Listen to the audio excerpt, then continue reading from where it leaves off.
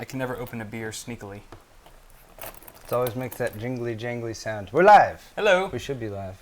How's it going, everyone? Welcome to Awesome Hardware, episode 16. 1-6. Did we update the Twitch? I did. Oh, good. Paul's on it. Somehow on top of that. Despite being severely... wait. No, I'm not on top of that. I spoke too soon. But despite being severely jet-lagged after a long trip in Taiwan and other places in Asia for Computex and things like that, Paul is finally back. So everyone give him a warm welcome in chat. Hi, everyone. Welcome back, Paul. Thank you. I see you survived. Thank you for having me here. Just barely.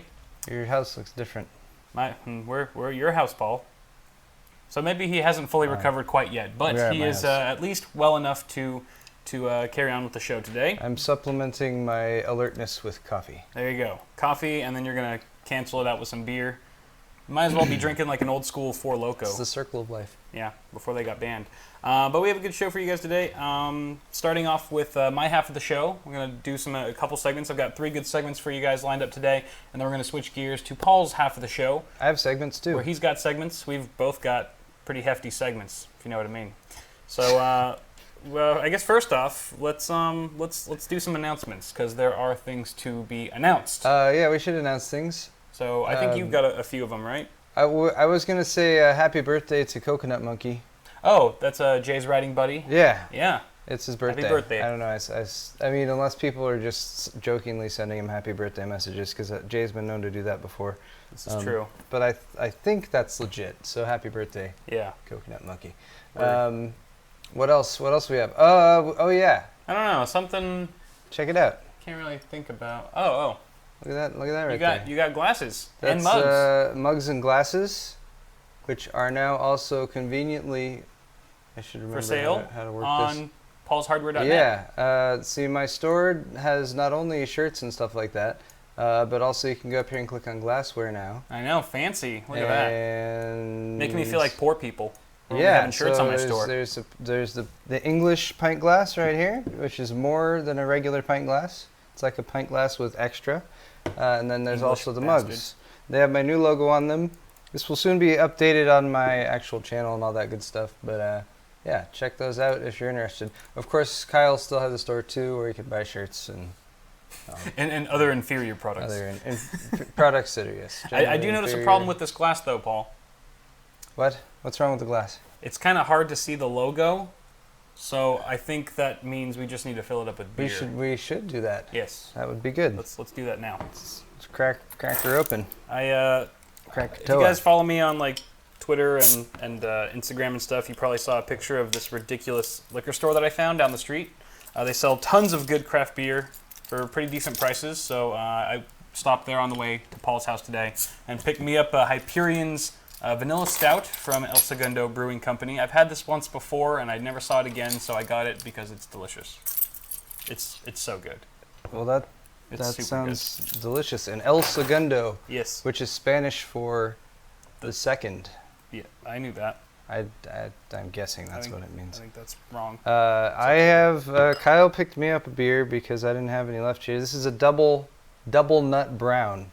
So Kyle brought me over a little double nut. I heard you like the double nut. So. A big brown porter.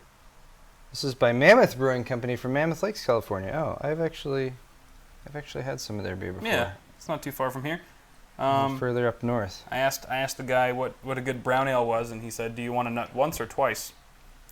And I was like, "Double nut, for sure." Of course. And he pointed me in the direction of that fine beverage. Beautiful. Over yonder. So. Right. Yeah, see, I think the logo's looking a lot nicer now. Yeah, it stands out a bit more. It's really shining through. With the beer in the glass. And cheers. Cheers. Cheers to all you guys. Thanks for joining us today.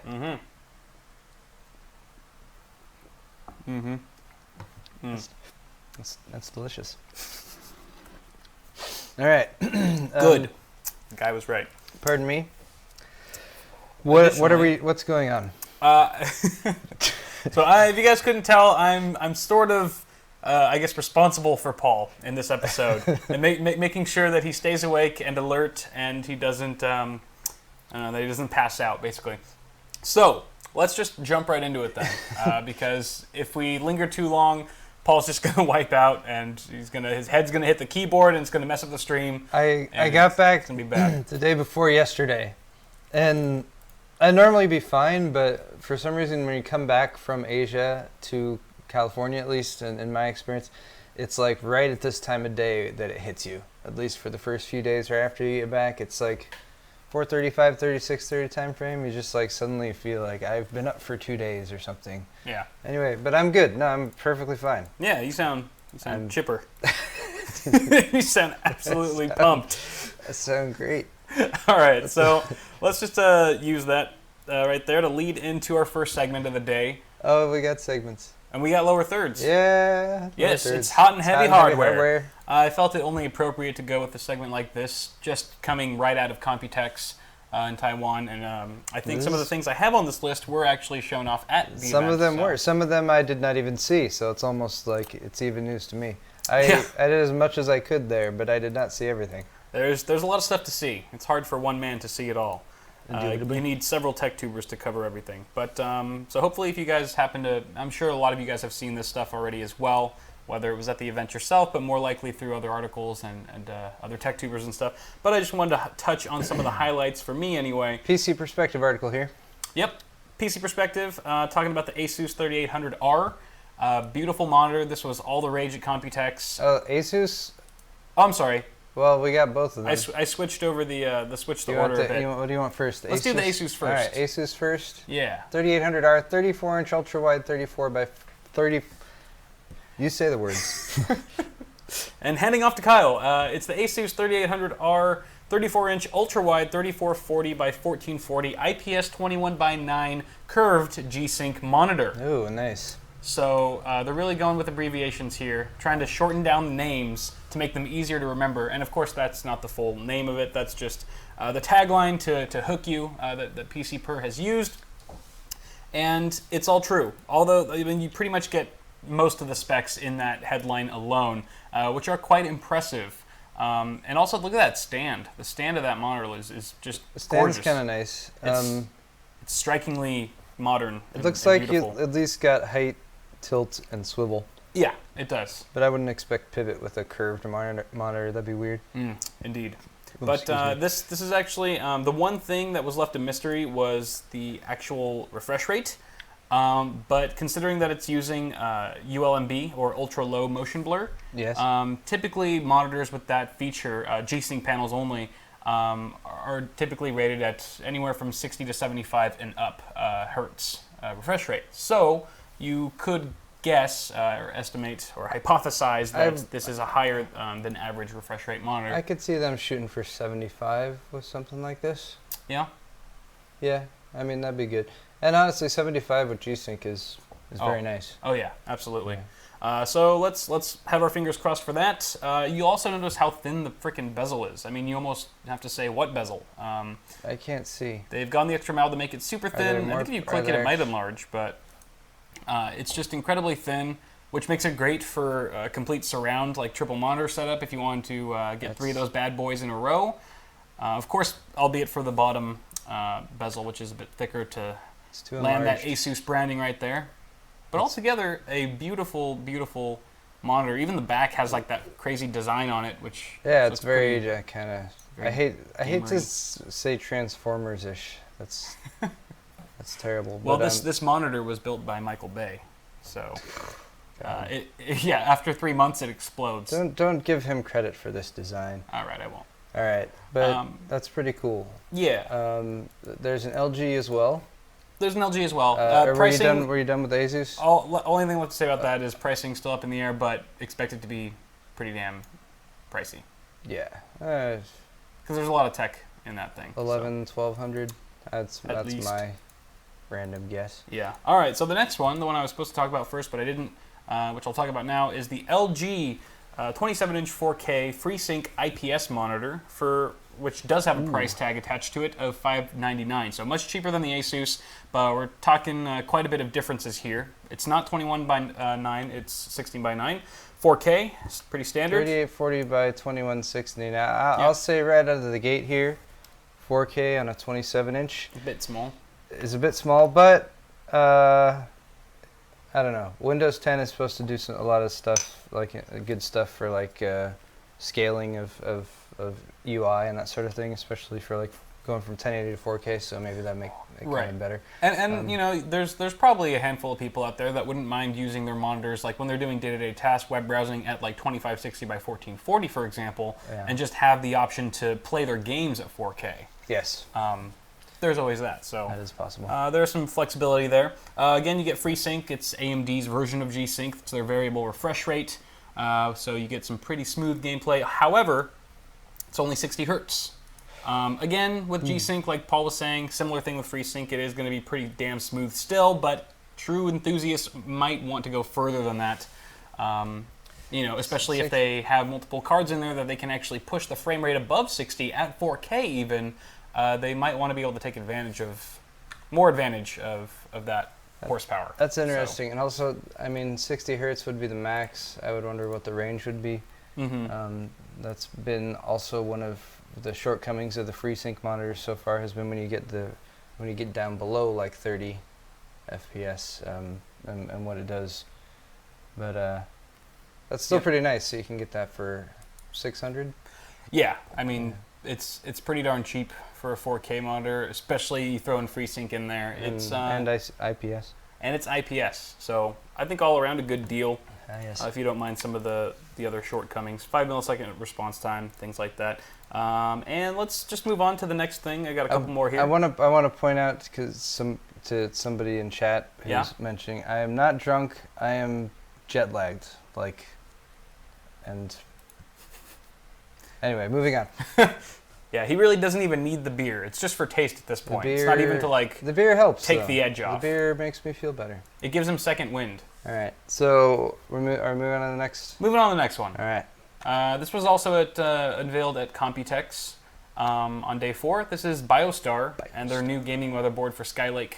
At first I was like, oh, this is a first, but it's not. There's actually BIOSTAR made a gaming motherboard last year, I think, for Z97. Yeah. Which I don't remember the reviews on it, if it was well received or not. But they're coming out with another one for Skylake, so it's gonna have the got some plastic molding on there. What's the damn? It's a Z170 chipset, of course. Yeah. For the 5th gen Intel CPUs. It's got cool things like M.2 SATA Express USB 3.1 Type C, which is something I never thought I'd see on a BIOSTAR board. Jimmy Thang from Maximum. It's also got an interesting touch panel. I only read this in the article. I didn't watch the whole video through. And it's 2 minutes. That's just clearly too long to watch for my attention span. I'm going to skip through it right now. Skip through it. See if you can find this. I don't know if they showed it off, but there's a touch panel on the motherboard to turn it on or off. What? As well as for overclocking, which I didn't know what they meant by that. Like, is it like a capacitor? Oh, there it is. That's right there it is. Okay, that's kind of cool. That's interesting. I wonder. That's not a touch panel.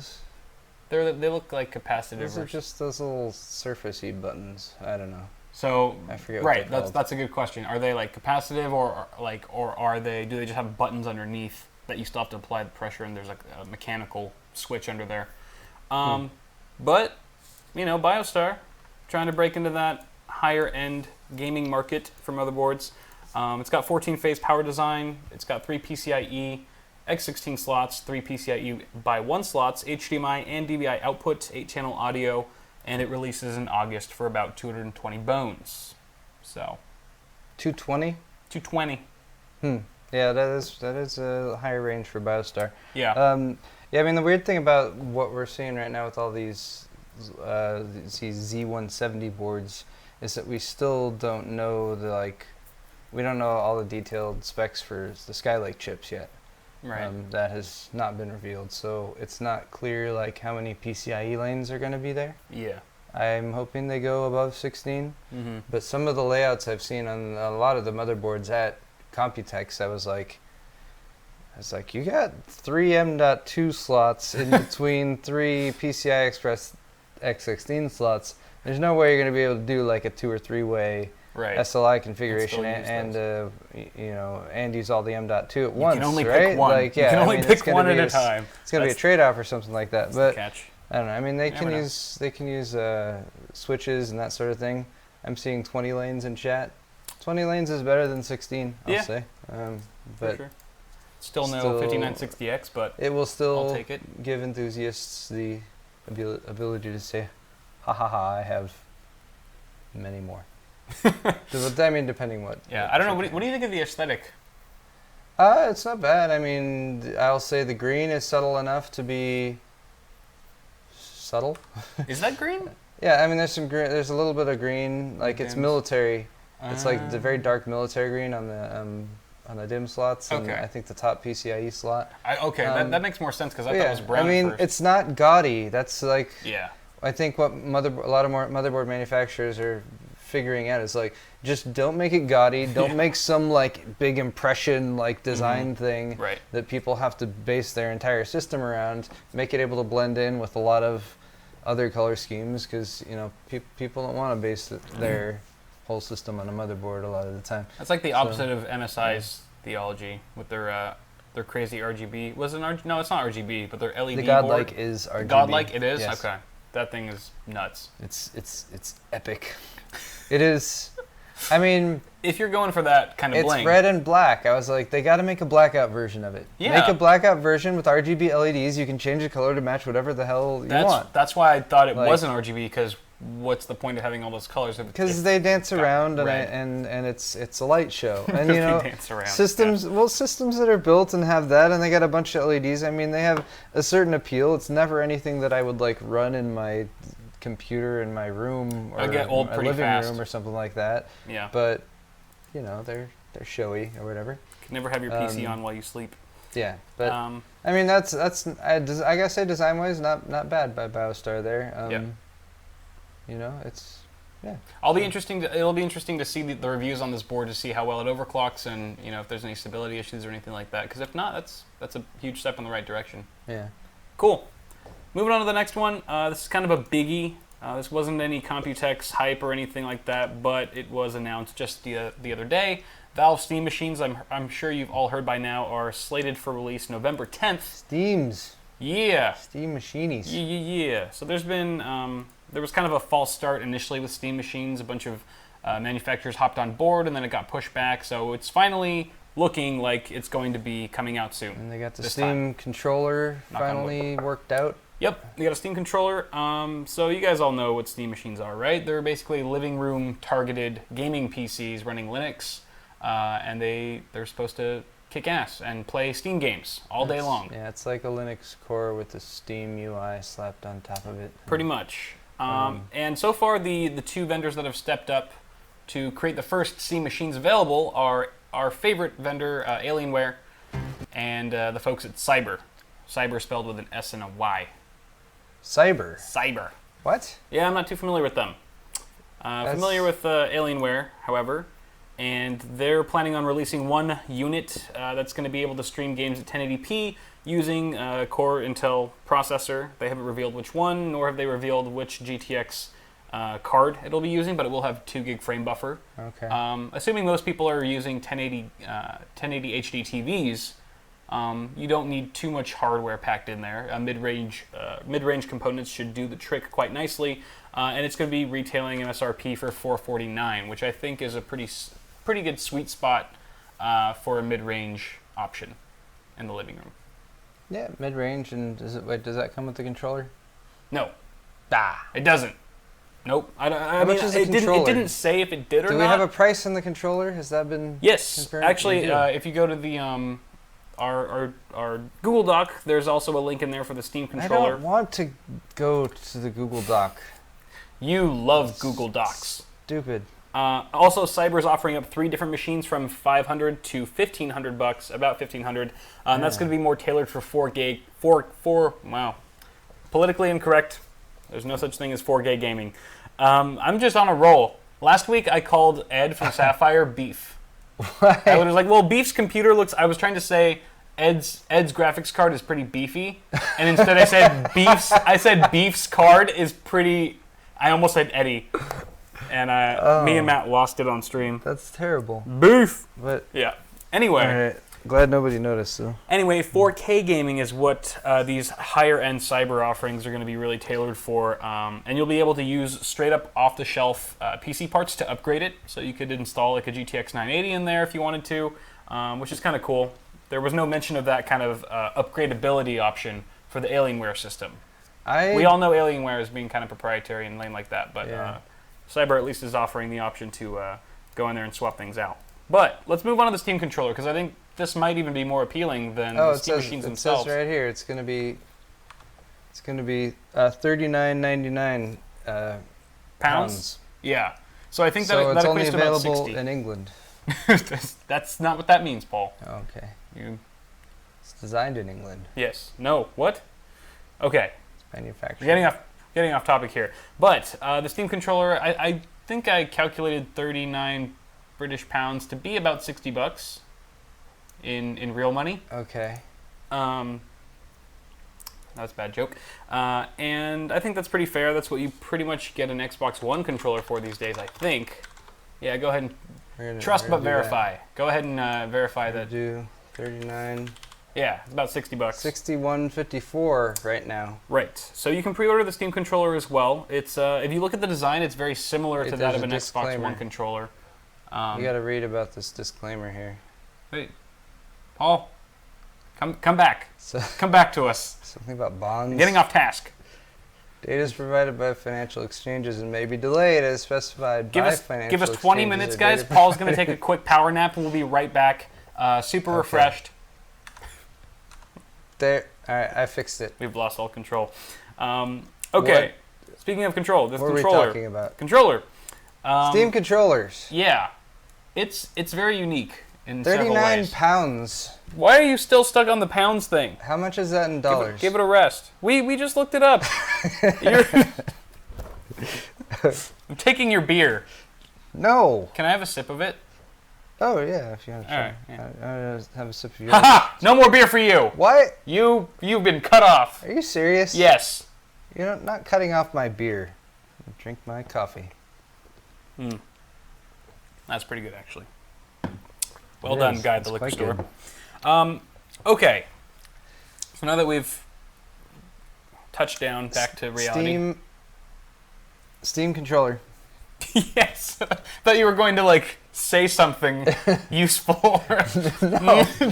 I'm just trying to maintain focus at this point, Kyle. Steam controller. Right. Baby steps. All right. One thing at a time. All right. So you guys might have noticed this looks pretty different than any other controller in terms of really distinguishable features like the left D-pad on the left, D-pad and the trackpad on the right instead of a joystick, which I'm really curious to see how that actually functions and how precise it is.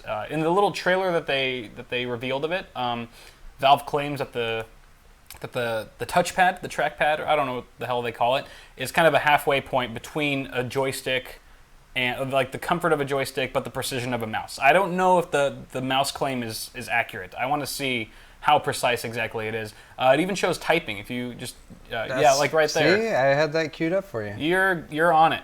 You're doing fantastic. Stop criticizing me. So that makes it easier to type things if you want to browse the web or whatever with it.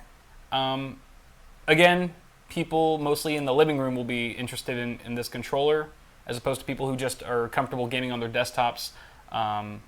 Chances are, if you do use a controller for PC gaming, you probably already have an Xbox 360 controller. And I think they just released... I have an Xbox. I have several Xbox 360 controllers. But if you've been wanting to upgrade to an Xbox One controller, stay tuned for Paul's half of the show. I think he's going to be giving you some cool information on that. Also about the Steam controller, they have dual triggers on the back, which are both analog and digital. So you've got the analog... Digilog. Digilog. Or anodal. Anodal. Okay. Anodal. So...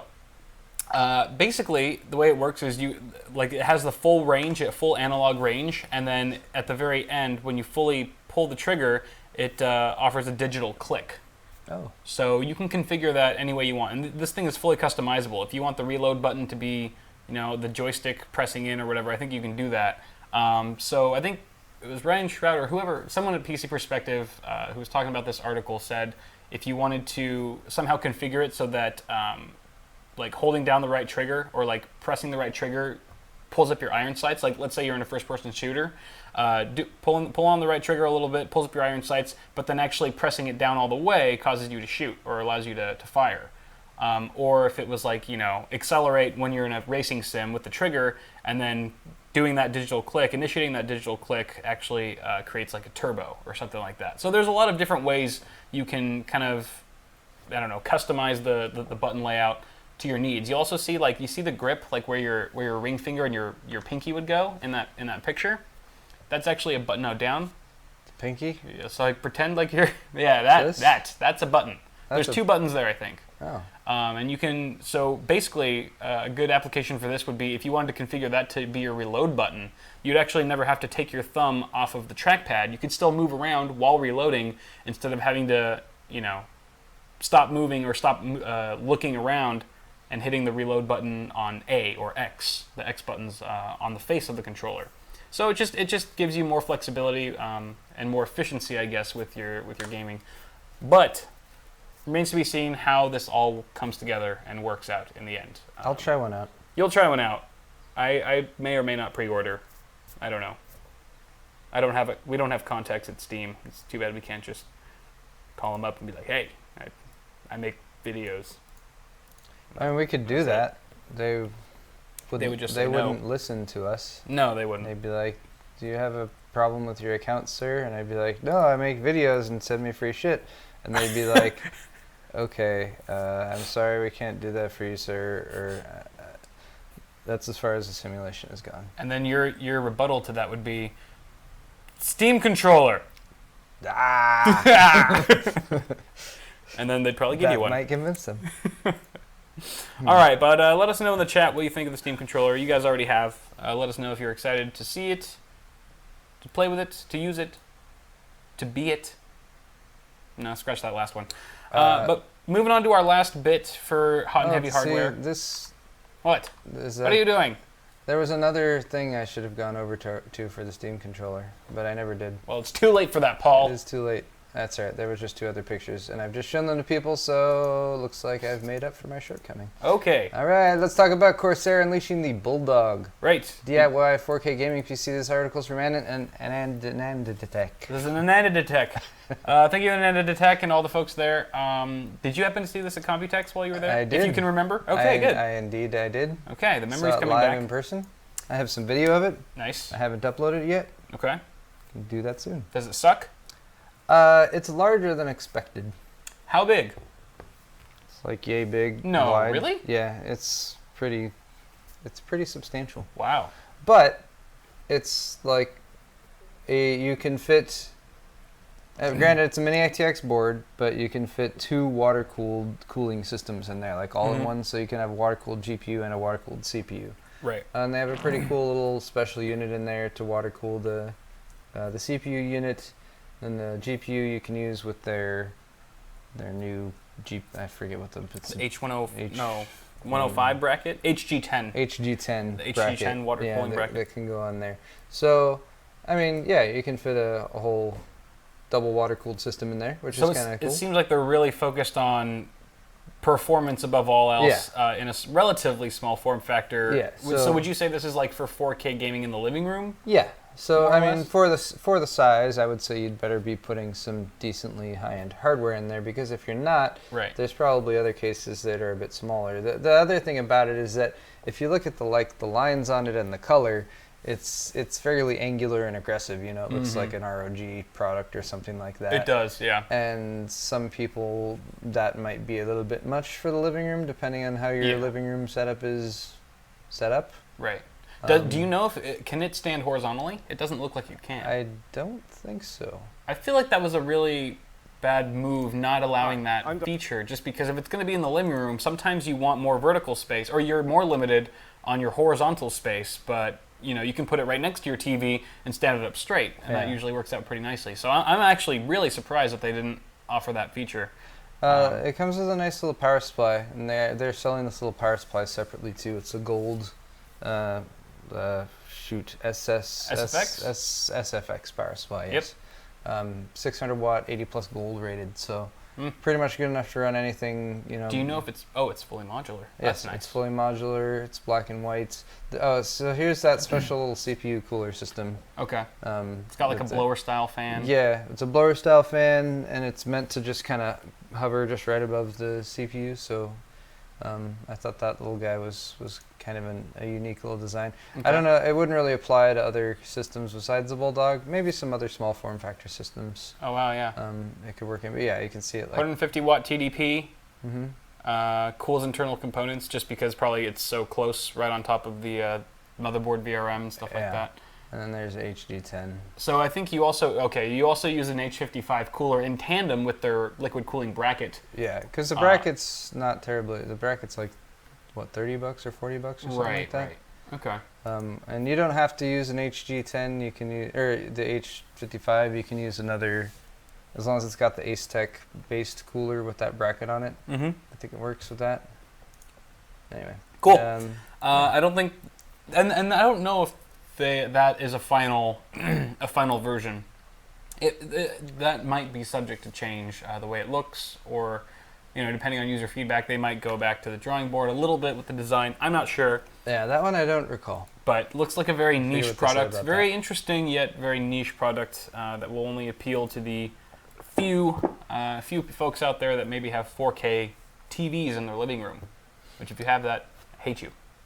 Yeah, but I mean, give me you also just mentioned the Steam, the Steam box is finally coming out, and once that's finalized, there is probably maybe going to be more of a demand for higher-end gaming systems in the living room as it becomes more accessible to do PC gaming, and especially if this is like in the shorter term versus the longer term where the consoles really can't handle that kind of gaming at all. Then yeah, I think you're going to see people looking for that type of configuration, but yeah.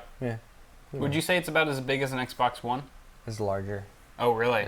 Yeah, it's definitely bigger than I don't Xbox One. That might be a deal breaker for me, just personally. But yeah, well, I mean, there's also going to be a lot of competition in this space for having small form factor systems. Yeah, like that. They can the Fractal Node 202, I think, would be a great.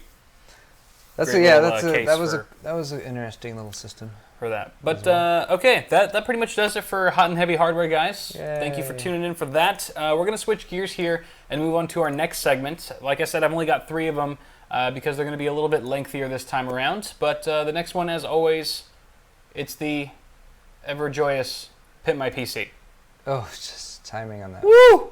You see how I was stalling a little bit? You were. I stalled just a little bit giving me so time to find it. There's right. a grid. We're a team. And I had to locate it on the grid. All right, so I'm also trying to queue up these pictures here. You're doing great. So for those of you that aren't familiar, this is our blatant ripoff segment from Matt Philly's Pimp My Setup show, which you can find on youtube.com/SwashinTV. He started the whole Pimp My thing, apart from MTV doing Pimp My Ride first. And then we copied him. He invented the Pimp My Everything series. The original pimp. He's the OG pimp. Yes. We are the imposter pimps, but yet we still do a pretty good show here. So we're going to be taking a look at your rigs, and Paul and I, probably more myself today since Paul's a little out of order. I will be giving your rigs. Very thorough and insightful commentary on all of the systems. All the systems need a Steam controller. How much is that Steam controller going to cost anyway? Okay. We'll have to wait for that one, Paul. But let's just take a look at our first. I don't want to say contestant. Contestants. They're not competing for anything. Our first system from Kent. This one's from Chent Ken. Chent Ken? How did you get Chent Ken? Oh, because his last name's Chen, but still, why'd you add a T on the end of it? And why'd you put it first before Kent? Are you reading backwards now and adding letters to things? Look, if something occurs to me controllers and it sounds funny, then there's a decent chance that I'm going to say it out loud. So you just have no filter right now. You don't. Possibly. You don't know what to. Okay, I'm doing my best. Okay. It's good to know. Yes, you are. You're doing Under great. The circumstances. Woo! It's hot in here, by the way. Oh, sorry. No, it's okay. It's not your fault. It's just your house that we're in that's hot as balls. Weird weather in California. Yesterday it was 100 degrees, over 100. Yeah. Today it's a little bit cooler, but it rained this morning. It's like California is trying to recreate the climate that I had in Taiwan, just as if to welcome me back. No, and I will not go to bed. I'm staying. I still have my half of the show to do. I agree with you. Which is I agree with you, Intruderps. All right. All right. So let's talk about this system. So Kent Chen has a i5 2500K. Yeah, I also picked this one not only because it was a good picture and there were some things I wanted to say about it, but because look at all the work he put into it. Like, go back to that picture. He, like, labeled all the main components in his system. That's very nice of him. I like being able to see what's there. Yeah, very, very thoughtful. I can see the effort that you put in. I appreciate it. 500 gig SSD, I like that. Yeah, that's really nice. Of course, he could be totally full of crap. TR2EX. It's actually a 2.5-inch drive, mechanical. But now, is that cooler? Does not seem to have an active fan on it, right? It's on the bottom. Oh, it's on the bottom. Oh, you're right. Yeah. I totally didn't even see that. Paul is now starting to lose his sense of vision. Well, I wasn't looking for it there. I was looking at it on the left or right. It's an odd configuration. I want to know what cooler that is. I don't know. Because it's freaking beefy as hell. It's big with many aluminum fins. Many aluminums. The aluminums. The aluminums. They're strong with this one. Right. Okay, so first thing that struck me about this case, or this build, I should say, is, I mean, first of all, it's really clean looking. The cable management is actually pretty spot on. I like how you zip tied the PCIe cables. All the cables are going into the correct grommets that they should. They are. None of the cables are like running too long visibly. They're going straight into the grommets. I think you could probably lower that 840, probably 840 Evo, down with your 2 terabyte hard drive and take out that top drive cage. Yes, you could. Because you've got a nice big 200 millimeter fan there up front. You're in the 600T case, so just open that baby up and just pour some airflow into your video card by removing that top drive cage. I think that would look nicely. That would look nice. Also, you've got a bit of a theme going on here. I can tell because you went out of your way to buy Corsair AF fan, and you put the blue one on. It tells me you want to match, you want some blue stuff, and you got some blue LEDs in there. LEDs. I like the blue LEDs, they look pretty clean. And it matches the WindForce LED, which it does. Is somewhat difficult to do. Now that's because it's a, what is it, a Z77? Is that an Asus Z77? No, he's got a Z68 board. Oh, was it Z68? Yeah, I think so, because he said he had a 2500K. Believe it or not, Kyle, 2500K is also compatible with Z77. I know it is, but I used to have that motherboard. In fact, that's the first motherboard I ever bought, which was Z68. It's an Asus Z68 V Pro, I believe. Okay. We'll see. See? Hey? Doesn't make me wrong with what I said. No, it does not. We are both correct. Yeah, good. I'm glad I'm just corrector. I said erect. You're the corrector. I said erect in that word. Correct. Correct. Okay, but if you really wanted to get super matchy-matchy, you could swap out that power supply with something more neutral. Either something that's just like black and white, or even something that has some blue on it. Like the Corsair, what is it, the HX series? I know that's pretty old, but they're still pretty rocking. Thermaltake. Thermaltake. They've been in the news a lot lately. Jelly D says it looks like a Scythe Mugen 2. A Scythe Mugen. Yeah. What's this? Oh, the... You can't get those anymore. Yeah, that's true. That is a pretty beefy cooler. But yeah, by the way, that Thermaltake power supply, I think they totally ripped off this other power supply that looks just like that. It's like square, and it's got cables coming out of it. And it creates power. It even creates power. Like the similarities are uncanny. It doesn't technically create power. It more like filters power. Yes. Anyway, overall, I don't have too much else to say about this thing. It looks pretty clean, man. Well done, Kent. It's also this, like I said, I used to have that motherboard, except I had a 2600K, and I built in a 600T for my first build ever. This looks a lot like my first build. You're saying he copied you? He copied me, because I used to have a computer, and my computer also had cables in it and fans. And the fans. He's using the same... He's using the same method to push air through the system. You know what? I bet they're all 120 millimeters. They were. I retract my statement, Kent. Horrible of you. You should feel ashamed. All right. There's Thank you for saying that. Kent Brockman. Excellent job on that build, man. Don't you dare Thermaltake me. All right. Now, moving on to David. Let's talk about David Bob, man. David. Oh, wrong button. David B. Okay, we've got another... David Bob, man, has an FX 8320. Looks like we're going to define R4. Overclocked to 4.5. I'm going to guess it's 4.5 gigahertz, David Bob B. Davy Bob Man. What?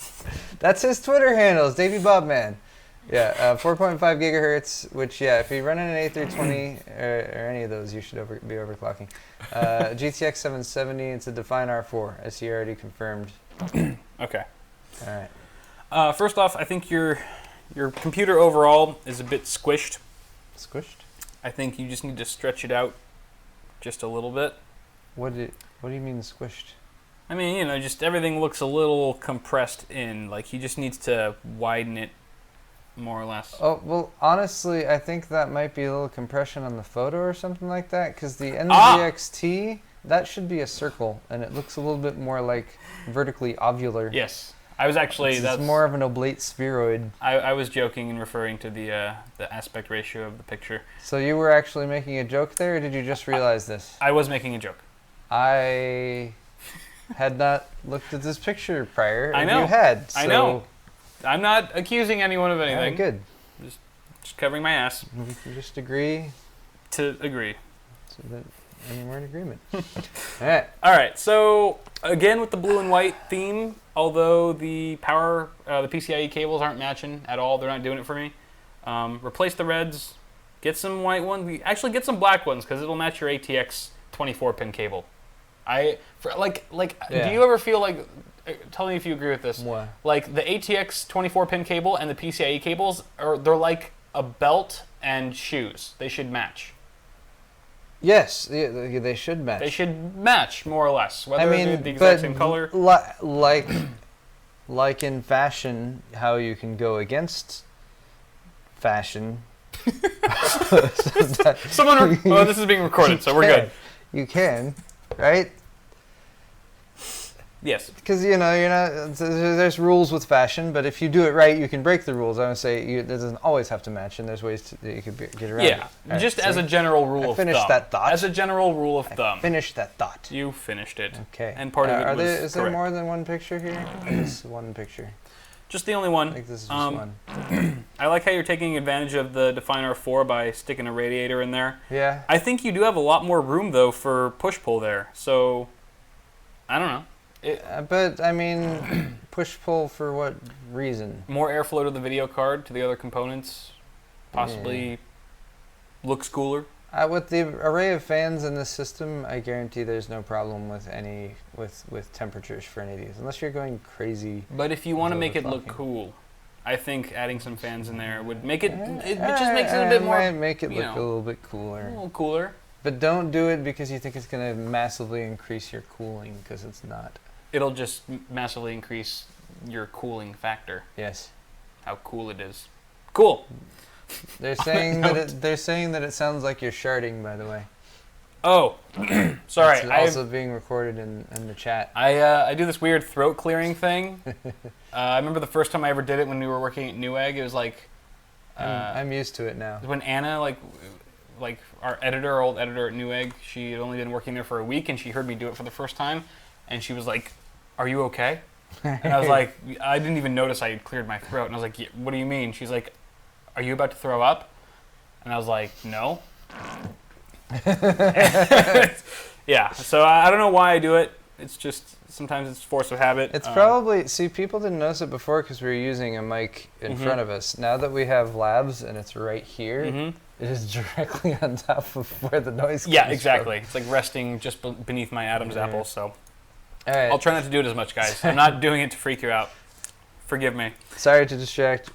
The people were asking for an explanation. Yeah, so thank you for that, David B, David Bob, Bibbidi Man. David Bob, Beep. Next up, who do we got? Dibbity. Ooh, this is an interesting Silverstone case with a flipped motherboard. This is by Don't Blink. Don't Blink. Or a Lonely Blue Box on Twitter. He says, not long till full system rebuild. Same case insides.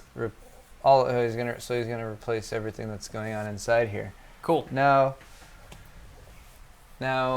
this is inverse droopage. This is the first recorded instance of inverse droopage that we have seen on the show. Pimp My PC on Awesome Hardware. So that's Don't Blink. Thank you for introducing us to some inverse droopage. Now, This I don't know the name of this case. TJ08E, I think. It is okay. I built in this before. You have built in this.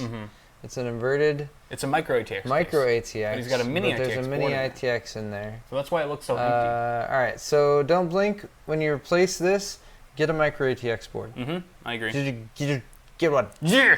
Don't use mini ITX. Or I'll fart in your ear. Because I feel like if you're going to use mini ITX, you need to be building small. Like, yeah. That's why the larger mini ITX cases, I always look at them like, why? Why is it like that? Right. Like, take something like the mini D frame from InWin. Yeah. It's like, why did you do that? Yeah. It's so large for a mini ITX. But anyway, I mean, it does look. Actually, there was a pink Hello Kitty mod in one of those that was really cool at Computex, but that's coming in one of my future videos. Inverse droopage, yes, Manic Geek. The graphics card in there is upside down, but it's still drooping, but in the other way that we usually see it, since it's a flipped design case. Yeah. The other problem with having a mini ITX board in the system is, like, you notice, like, his 24-pin cable and, like, all that stuff is just kind of dragged along the bottom of the case, and it's taking a really long time to get around to the back there. It's all on the if top you had a edge. micro ATX board, your cables would just automatically be a bit closer to that routing area, and it wouldn't look so damn messy.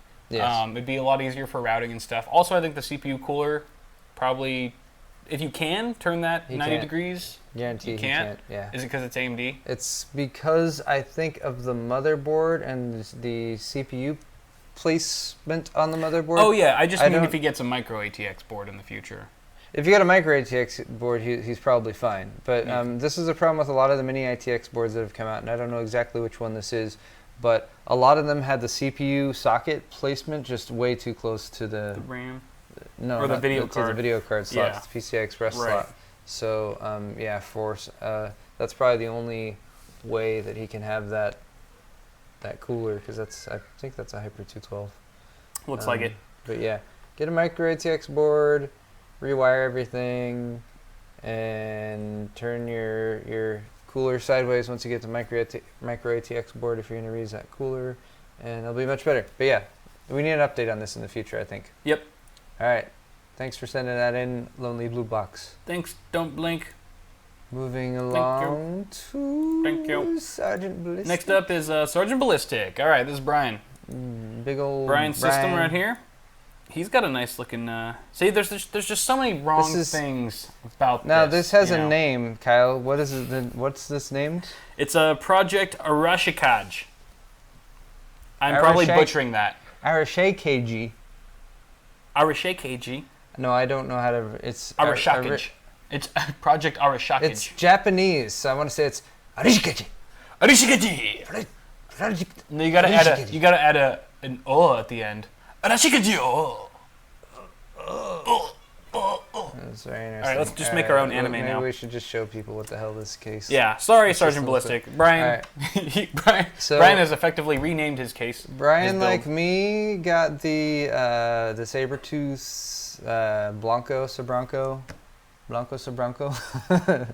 The Sabranco. It's not called the Sabranco. Mark S. Sabertooth Z97 Mark S, right? Yes. That's right, isn't it? I think so. Okay. Yeah, he, like me, was infatuated with that, but he took it a step further and actually went and bought one. Yeah. I don't even think I even ever asked for one. But yeah, it's a very nice board, and I believe that was kind of the impetus for this whole build. So he got the white Define R5, and that's a Newton, 1000 watt Newton, I think. Yep. For the power supply. Probably the best looking white power supply you can find too. And what is he using right now? 980? Looks like a 980. Yeah. It's a 980 from EVGA for the Win version. Mm-hmm. Very clean. A shameful stock CPU cooler, but he's... The memory... No, that was only in that other picture. The memory matches that board perfectly. Yeah, beautiful memory. Is that from a Vexer, I think? I think so. I also...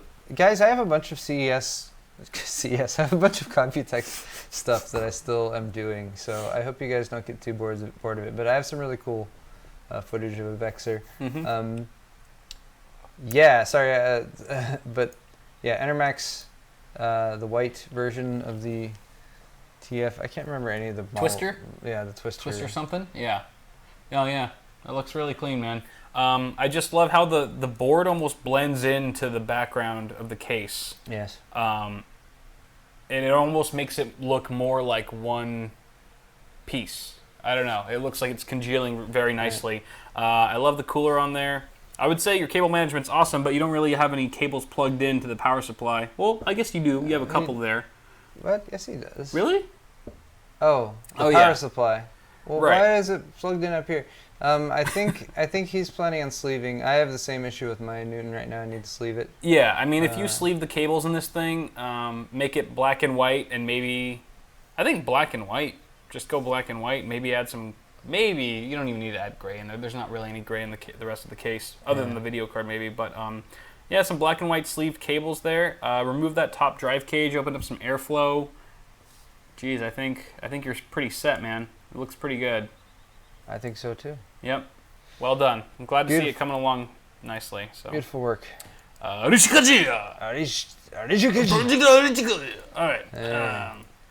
The Rye Roll sends in his picture of his rig. All right, we got a what do we got here? i7-4790K GTX 970 Define R5. He's admitting right up front that the cables are a mess. Yep. So clean up your cables. Clean up your cables, Rye Roll. Clean that shit. Let me click on this so we can see. I like how you moved the middle drive cage since you don't need it. 550 watt power supply. 550 watt for, I mean, you're okay. You're fine with the 550. You're fine. Yeah, you're fine. You're fine. It's just that you don't have a whole lot of headroom. But I mean, unless you're dropping another graphics card in there, you're okay. Right. What is that CPU cooler? That looks like an Evo. Yeah. I would guess an Evo Probably from an Evo. the heatsink. Got the SSDs mounted on the back.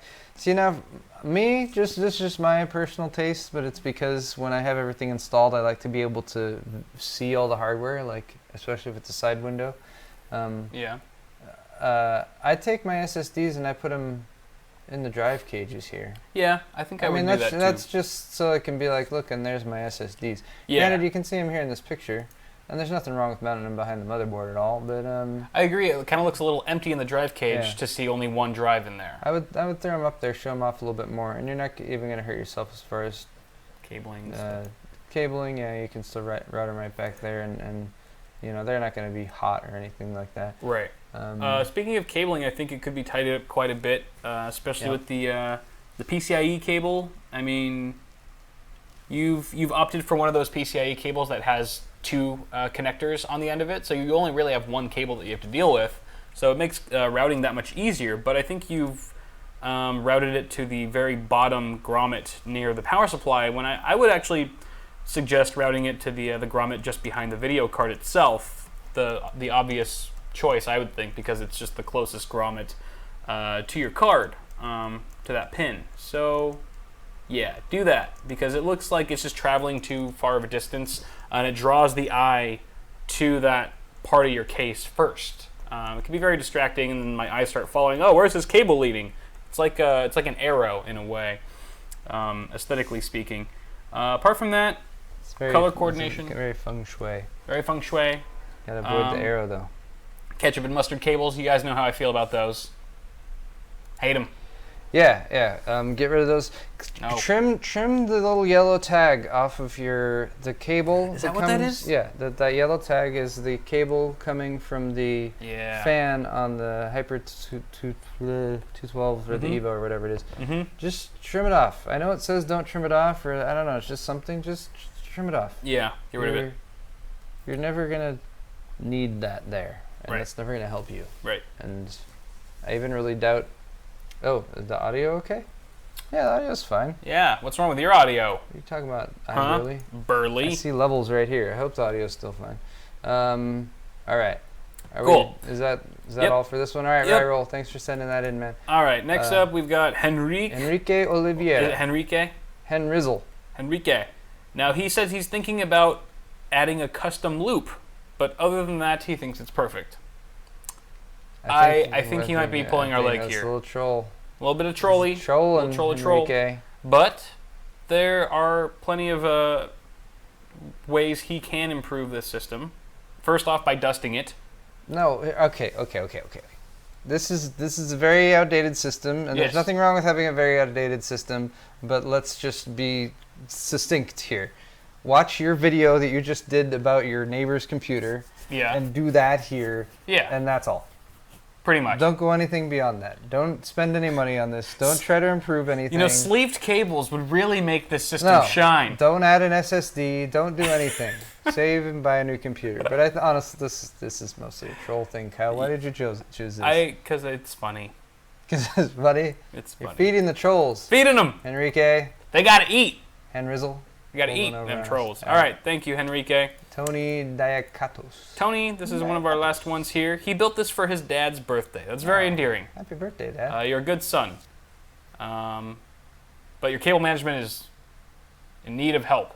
It's not terrible. It's not terrible, actually. I mean, I've seen worse, but yeah. I have too. But you take the add-on card that's up above the graphics card.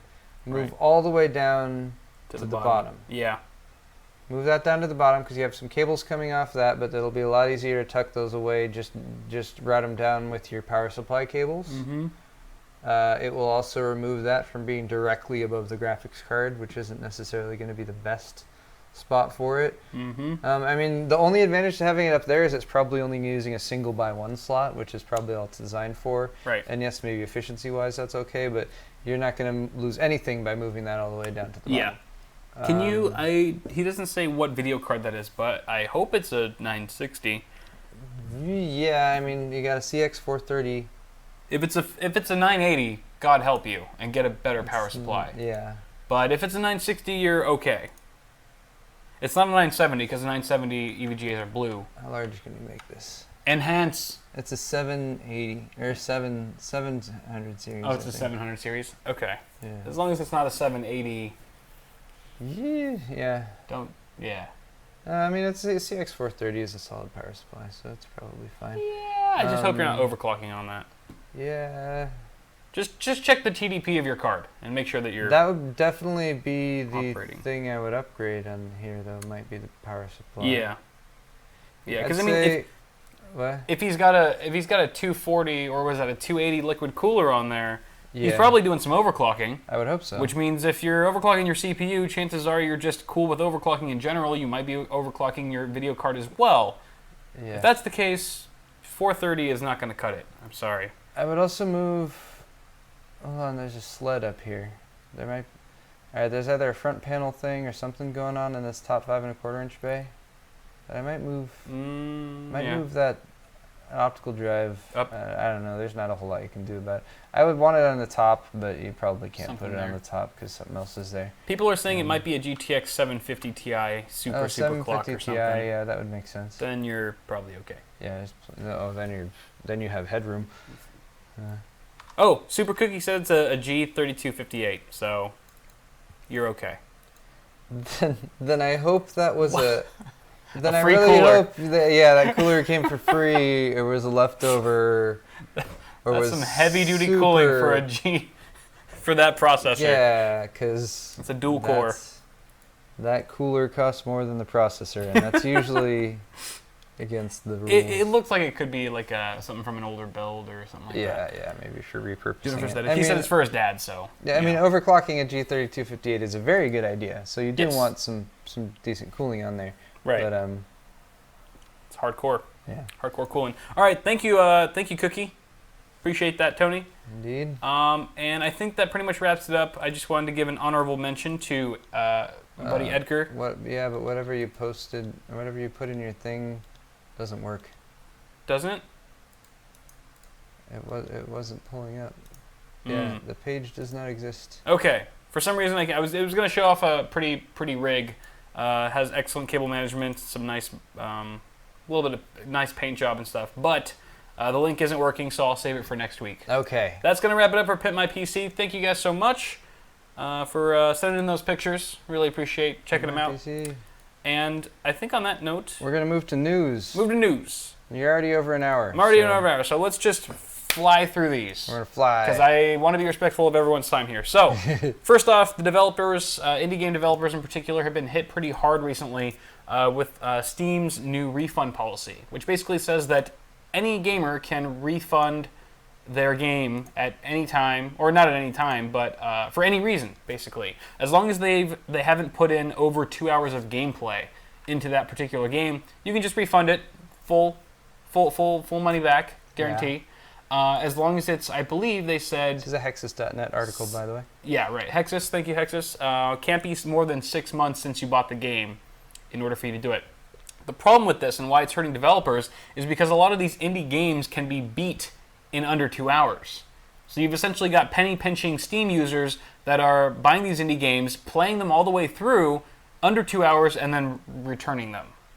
Bastards. Bastards. They've even outlined some examples in this article. Beyond Gravity, which is a really simple, well-received platformer, has sold 18 copies in the last 3 days, but 13 of which were refunded. That's insane. Also, Revenge of the Titans, suffering from a 55% refund rate. RPG Tycoon, as well as Octodad, a very popular indie game, have been hit with 30% refunds, which is insane. And a lot of these refunds are from purchases 5 months prior to the refund, which is just crazy. People are just trying to get their money back, even though they enjoy the game. I mean, to me, a refund is, I thought this game was a certain way, and I thought I was going to enjoy it, and I absolutely hate it. Yeah, it fell didn't so live short up of to my expectations. Exactly, like that. And it was a bad purchase. If you got a kick out of the game, you enjoyed it, and you didn't think it was horrible, then just keep the game. Support the developer if you want them to keep making good games. Otherwise, this is just unacceptable. I think 55% refund rate return. That's just, you can't make a living like that. So I have to assume that most of the people watching our show wouldn't do that sort of thing, if because I personally feel if you, especially with a game, especially with an independent game, like these people don't really sell a lot, so every little bit helps. So yeah, I mean, if you buy a game and you play it, and even if you beat it and it was an hour, I mean, if it costs a few bucks or something like that, like, you shouldn't do that.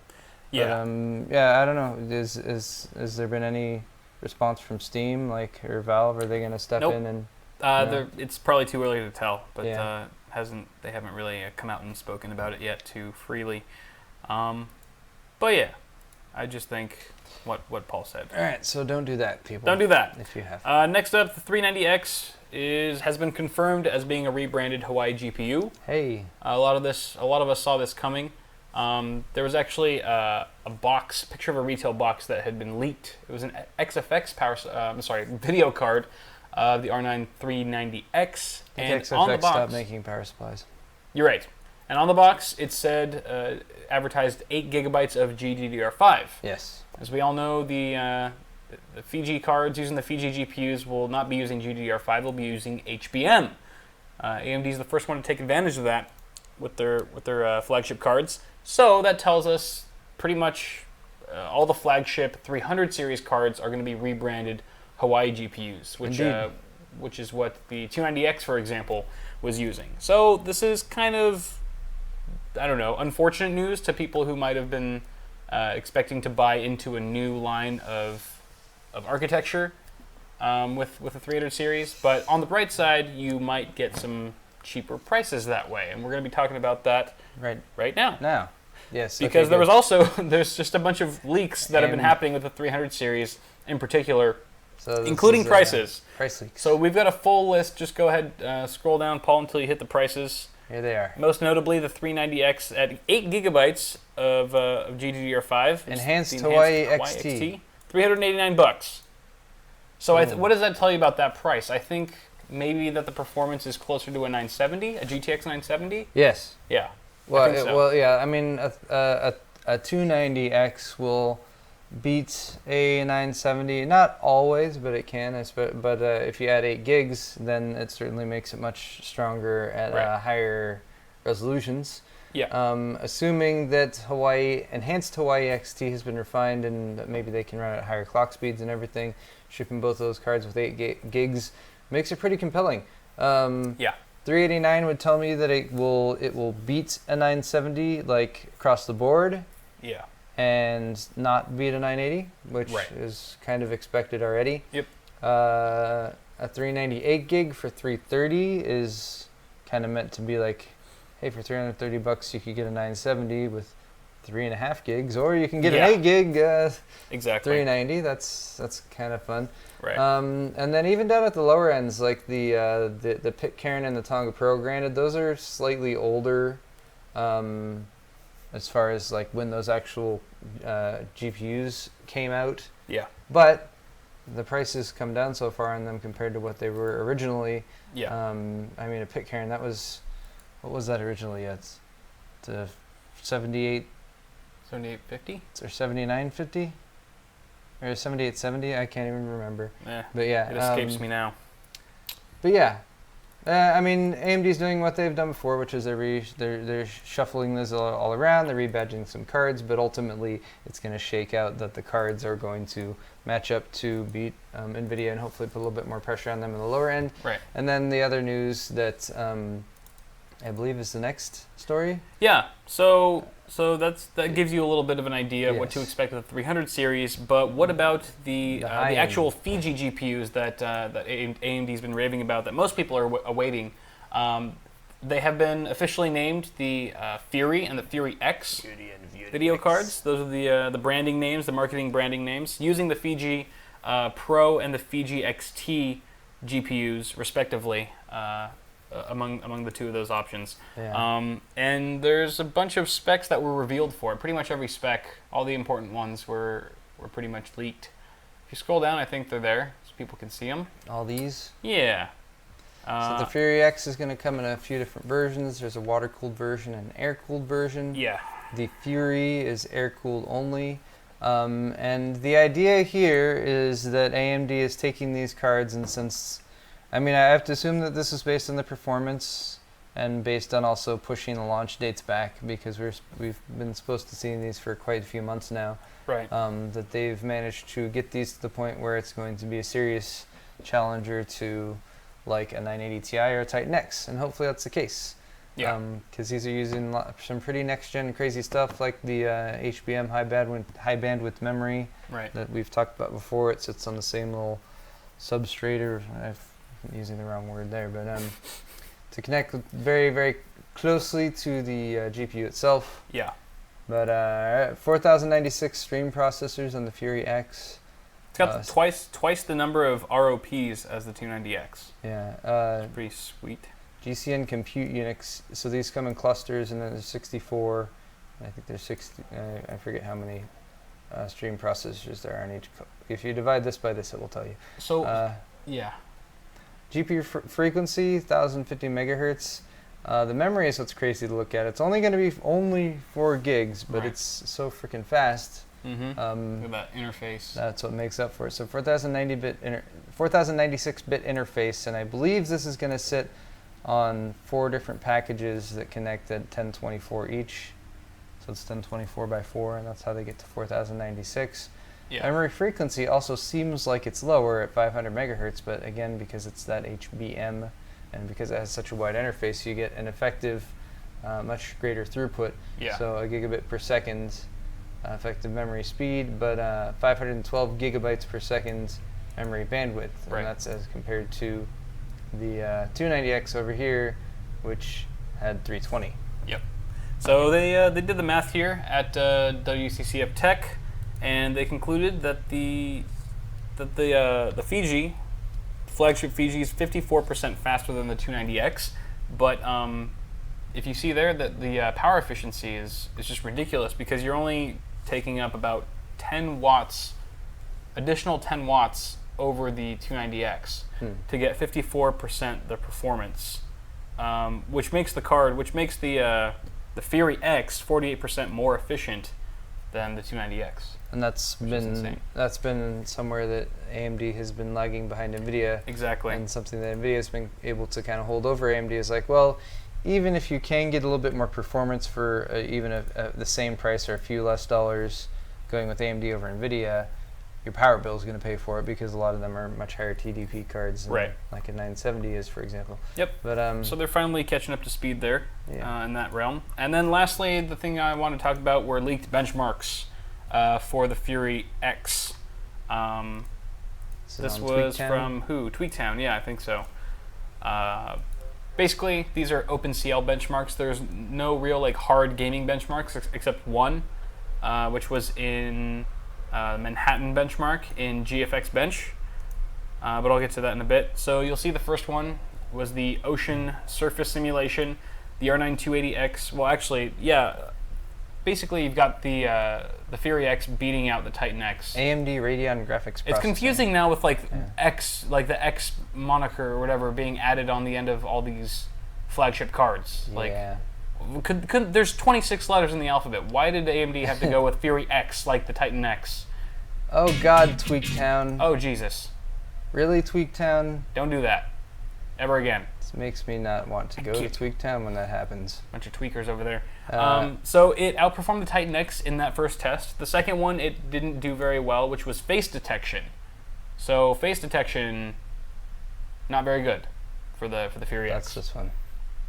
Which I don't know. I'm not too familiar with these tests, to be honest. But they're all OpenCL. And then in the last one, the TVL1 optical flow test, the Fury X wins again, but this time by a smaller margin than it did with the first test, with the Titan X trailing behind very closely. In the one gaming benchmark that they did specify in this article, the Fury X got 102 frames per second on the Manhattan benchmark in GFX Bench, with the Titan X beating it with about 137 FPS. So quite a landslide for the Titan X in raw gaming performance. But then again, I'm not expecting the Titan, the Fury X, that X card, to be priced nearly as high as the Titan X. Yeah. I think we're going to see lower performance, but lower price as well with the Fury X, with about the same like efficiency and stuff like that. So. Cool. There you go. There you go. Yeah, still very early, and we also have to imagine that drivers are insanely immature at this point. Exactly. That could tip the scales one way or the other. But that is going to do it for this half of the show, guys. Thank you so much for tuning in. But don't go anywhere, because we've got part 2 coming up right now on Paul's half of the show, where he's going to be talking about more stuff. And I think you're getting alert, right? You're starting to feel pumped. And no? Okay. Who are you? It's okay. It's okay, Paul. I'm here. I'm your friend. Oh. Don't beat me. I have more beer. You know, Jesus. On that note, we should probably take a quick breather. We're going to take 2 to 3 minutes to take a quick bathroom break, and Paul's You're going to take a bathroom break. Going to unfortunately drink some more beer before we go live again. So, thanks for watching, guys. Stay tuned. We'll be right back. It's going to be fantastic. Yep.